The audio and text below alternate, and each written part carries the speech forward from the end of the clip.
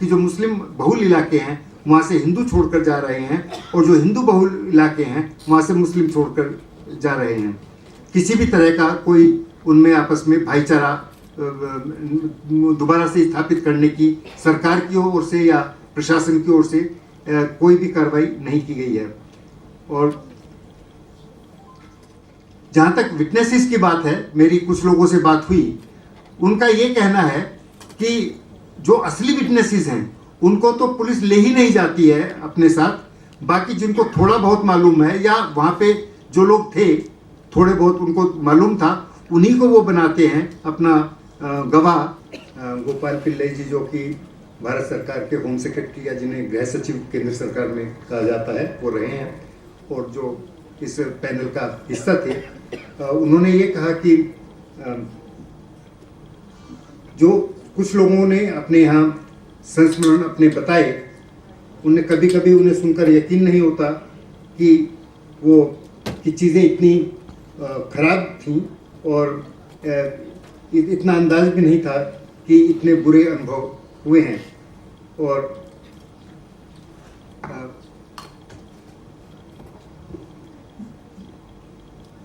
जब ये रिपोर्ट बनाई गई थी तो उसके बाद उन्होंने बताया कि किन किन लोगों के का इसमें जो इसके कमीशन के मेंबर थे, सुप्रीम कोर्ट के रिटायर्ड जज जस्टिस मदन लोकुर और जस्टिस AP शाह जो कि दिल्ली हाई कोर्ट के चीफ जस्टिस थे, उसके अलावा justice RS Sodhi, justice Anjana Prakash और मिस्टर गोपाल पिल्लई स्वयं भी इसके सदस्य थे। उसके बाद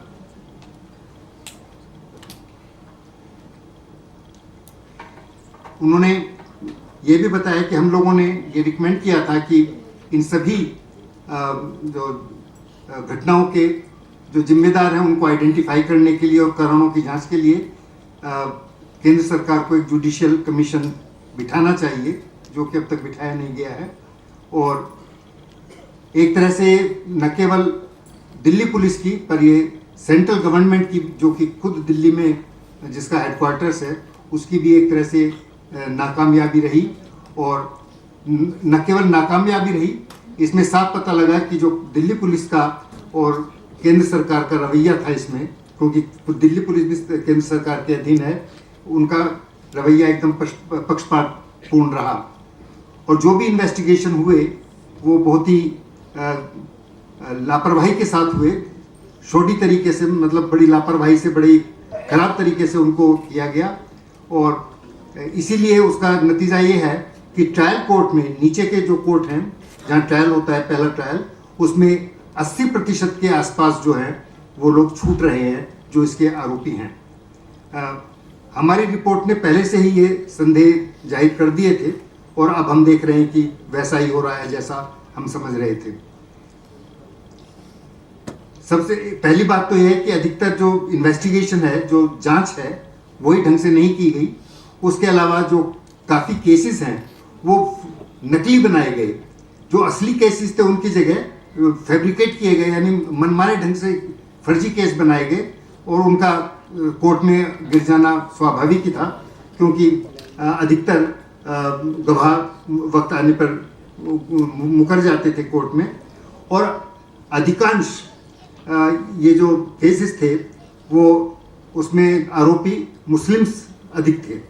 अधिकतर मुस्लिम्स के खिलाफ लगाए गए थे इस तरह के केस। और ट्रायल कोर्ट ने भी बहुत सारे केसेस में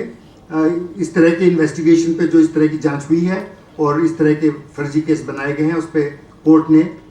ऐतराज़ जताया है, और ये मीडिया में भी कई जगह आया है। कई कोर्ट्स ने पुलिस पर जुर्माना भी लगाया कि उन्होंने ये फर्जी केस अदालत में क्यों दायर किए और क्यों लोगों को इसमें गलत तरीके से फंसाया। लेकिन दूसरी तरफ कुछ लोग जो कि जिम्मेदार थे इन हेट स्पीचेस के लिए, जिनकी वजह से ये दंगे भड़के, वो लोग अभी भी खुले घूम रहे हैं, और उन पर कोई FIR भी आज तक नहीं है। यहाँ तक कि जो हमारे सॉलिसिटर जनरल हैं गवर्नमेंट ऑफ इंडिया के, उन्होंने हाई कोर्ट में कहा कि अभी ये मौका ठीक नहीं है, ये सही अवसर नहीं है कि FIR इन पे की जाए। ये थोड़ा नाजुक मौका है कि इन पर FIR नहीं की जा सकती है। लेकिन अब 5 साल हो गए हैं और 5 साल बाद भी उन लोगों पर कोई FIR नहीं की गई है, और न केवल वो खुले घूम रहे हैं पर वो मंत्री तक बन रहे हैं। 18 एक्टिविस्ट के खिलाफ इन्होंने UAPA लगाया है, और उनमें से किसी के खिलाफ भी कोई भी ऐसी एविडेंस नहीं है कि जो कि एक तरह से जुडिशियबल हो या जिसमें जो कि मान्य हो। लेकिन उसके बावजूद भी अब तक ऐसे एक्टिविस्ट जैसे उमर खालिद या बाकी लोग हैं, उनकी जमानत नहीं हुई है। कुछ की जमानत हो गई है, लेकिन उनमें से अधिकांश लोगों की जमानत 5 साल बाद भी नहीं हुई है। जो उनके खिलाफ सबूत दिए भी गए हैं थोड़े बहुत, वो इतने कमज़ोर हैं कि वो ज़्यादा दिन टिक नहीं पाएंगे किसी भी अदालत में। इसके अलावा श्री गोपाल पिल्ले जी ने ये भी कहा कि जो ये रिपोर्ट थी, क्योंकि ये कई साल पहले बनाई गई थी, आज इस बात की हमें ज़रूरत महसूस हो रही है कि इसका एक नया संस्करण, इसे नए तरीके से लिखा जाए, और जो उसके बाद डेवलपमेंट हुए हैं, जिस तरह से इन्वेस्टिगेशन हुए हैं, जिस तरह से मुकदमे चल रहे हैं, उनको भी इस रिपोर्ट में शामिल किया जाए। मैं कुछ और अपनी तरफ से ऐड करना चाहूँगा, और वो ये है कि हम जब मार्च 2020 में हम उन इलाकों में गए थे 5 साल पहले। काफ़ी रिटायर्ड सिविल सर्वेंट्स थे उस ग्रुप में। हमने तब जो वहाँ अपनी आंखों से देखा था, जो हालात तब थे, आज 5 साल बाद भी हालात सुधरे नहीं हैं। मैं उस इलाके में जाता रहता हूँ, क्योंकि मेरे इलाके के मेरे ज़िले के लोग वहाँ काफ़ी रहते हैं। तो जब मैं वहाँ बातें करता हूँ तो मुझे नहीं लगता है कि आज भी वहाँ पे किसी तरह के कोई कॉन्फिडेंस बिल्डिंग मेजर्स या इस तरह की कोई कार्रवाई की गई हो सरकार की तरफ से, या तो केंद्र सरकार या दिल्ली सरकार की तरफ से, कि लोग फिर से एक सामंजस्यपूर्ण तरीके से वहाँ रह सकें। बल्कि उसका उल्टा हो रहा है। उल्टा ये हो रहा है कि जो मुस्लिम बहुल इलाके हैं वहाँ से हिंदू छोड़कर जा रहे हैं, और जो हिंदू बहुल इलाके हैं वहाँ से मुस्लिम छोड़कर जा रहे हैं। किसी भी तरह का कोई उनमें आपस में भाईचारा दोबारा से स्थापित करने की सरकार की ओर से या प्रशासन की ओर से कोई भी कार्रवाई नहीं की गई है। और जहाँ तक विटनेसेस की बात है, मेरी कुछ लोगों से बात हुई, उनका ये कहना है कि जो असली विटनेसेस हैं उनको तो पुलिस ले ही नहीं जाती है अपने साथ। बाकी जिनको थोड़ा बहुत मालूम है, या वहाँ पे जो लोग थे थोड़े बहुत उनको मालूम था, उन्हीं को वो बनाते हैं अपना गवाह, क्योंकि वो मानते हैं कि गवाह उन्हीं की तरफ वही बोले जो कि पुलिस चाहती है। तो इस तरह की जो झूठे गवाह बनाने की ये है इनकी पुलिस की कार्रवाई, इसके खिलाफ कोर्ट की जो बार बार चेतावनी देने के बावजूद भी अब तक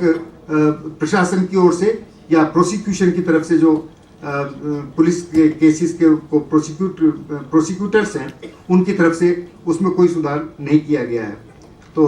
इन शब्दों के साथ मैं आप लोगों को फिर से इस बात को याद दिलाना चाहूँगा कि ये हम सब लोगों की जिम्मेदारी है। केवल सरकार या प्रशासन या पुलिस को तो हम देख ही चुके हैं, लेकिन हम सभी लोग जो भी उस इलाके में रहते हैं या बाहर भी रहते हैं, हम सबका यही प्रयास होना चाहिए कि किसी तरह से हम आगे से इन बातों की पुनरावृत्ति ना हो, इस तरह के दंगों की फिर से पुनरावृत्ति ना हो। हम अपने ही स्तर पे जहाँ पर भी हैं, जिस तरह से भी हैं, हम अपने भाईचारे को कायम रखें और हम आपस में अपना मेलजोल बढ़ाएं और एक इस तरह का विश्वास पैदा करें अपने पड़ोसियों के साथ कि इस तरह की चीज़ें दोबारा ना हो। Thank you.